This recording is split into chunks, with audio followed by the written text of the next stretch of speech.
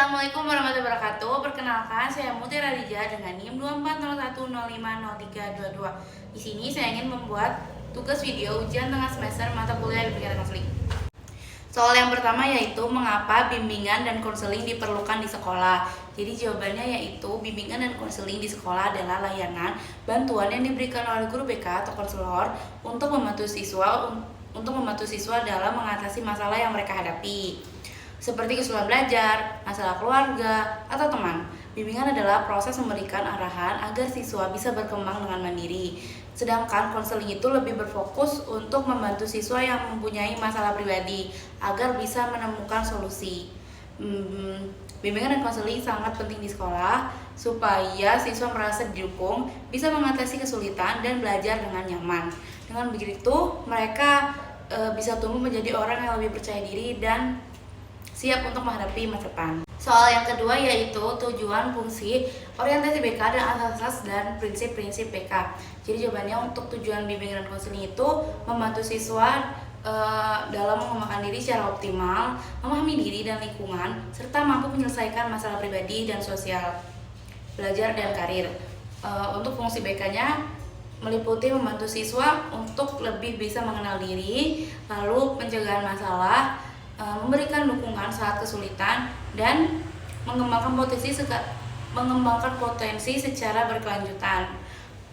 Orientasi BK-nya berfokus pada aspek pribadi, sosial, belajar, dan karir siswa agar mereka siap menghadapi kehidupan. Asas BK yaitu termasuk keterlibatan sukarela, kerahasiaan, dan layanan yang sesuai untuk kebutuhan individu. Dan yang terakhir, prinsip BK-nya adalah pendekatan yang sistematis, holistik, dan berkesinambungan untuk hasil yang efektif. Soal yang ketiga yaitu landasan kedudukan BK 3 wilayah atau bidang dalam penyelenggaraan pendidikan formal. Untuk jawabannya yaitu bimbingan dan konseling di sekolah memiliki landasan hukum yang jelas, antara lain Undang-Undang Dasar 1945 Pasal 31 yang menjamin hak setiap warga negara untuk mendapatkan pendidikan, serta Undang-Undang Nomor 20 Tahun 2003 tentang Sistem Pendidikan Nasional yang mengatur penyelenggaraan pendidikan nasional termasuk bimbingan dan konseling. Kedudukan bimbingan konseling sebagai bagian penting dalam sistem pendidikan yang membantu siswa untuk mengembangkan potensi diri secara optimal dan mandiri. Dalam penyelenggaraan pendidikan formal, BK beroperasi di 3 bidang utama, yaitu bidang pribadi, bidang sosial, dan bidang belajar serta karir. Soal yang keempat yaitu keunikan dan keterkaitan tugas guru dan konselor. Jadi jawabannya yaitu tugas guru dan konselor memiliki keunikan dan keterkaitan yang saling melengkapi. Kalau guru itu bertugas untuk mengajar dan mendidik siswa dalam mata pelajaran dengan fokusnya itu pada penguasaan materi dan penilaian hasil belajar. Sedangkan konselor atau guru BK bertugas untuk membantu siswa dalam pengembangan diri, menyelesaikan masalah pribadi, sosial, dan belajar dan karir secara profesional melalui layanan bimbingan dan konseling. Meskipun berbeda fokusnya, keduanya itu saling mendukung tujuan pendidikan, yakni untuk membantu siswa berkembang secara utuh dan siap menghadapi kehidupan. Soal yang kelima yaitu karakteristik pribadi dan kompetensi profesional yang perlu dimiliki pendidik abad 21 dalam memberikan layanan bimbingan kemampuan komunikasi empati guru BK.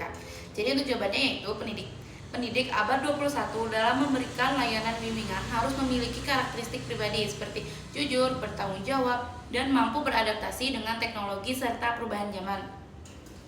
Kompetensi profesional meliputi kemampuan berpikir kritis, kreativitas, kolaborasi, dan komitmen belajar. Dalam hal komunikasi, guru BK harus memiliki kemampuan empati yang tinggi, dalam artian mampu memahami perasaan dan kondisi siswa secara tulus, sehingga hubungan yang terbangun menjadi aman dan mendukung proses bimbingan. Empati ini penting agar siswa merasa dihargai dan terbuka untuk menyampaikan masalahnya. Untuk soal yang terakhir, Jawabannya yaitu sebagai guru kelas kita itu dapat menerapkan fungsi bimbingan dan konseling dengan membantu siswa memahami diri dan lingkungannya, mencegah munculnya masalah, serta mendukung berkembangnya potensi mereka melalui pembelajaran yang menyenangkan dan suasana kelas yang nyaman.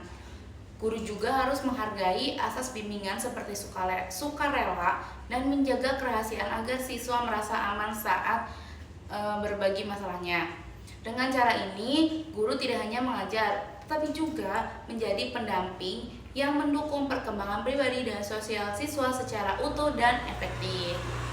Terima kasih, sekian dari saya. Wassalamualaikum warahmatullahi wabarakatuh.